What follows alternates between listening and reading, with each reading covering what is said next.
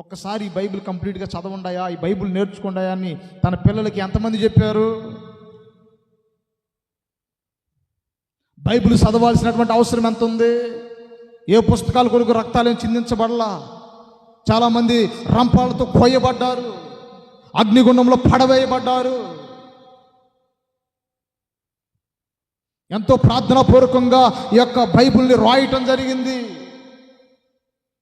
నా ప్రియ దేవుని బిడ్డలారా, అంత వాల్యూ కలిగినటువంటి ఒకే ఒక పుస్తకము ఏంటంటే అది పరిశుద్ధ గ్రంథము. ఈ గ్రంథము మన చేతులకు రావటానికి నా ప్రియ దేవుని బిడ్డలారా ఎంతోమంది ప్రాణాలను సైతము పణంగా పెడితే కానీ ఇది మన దగ్గరికి రాలా.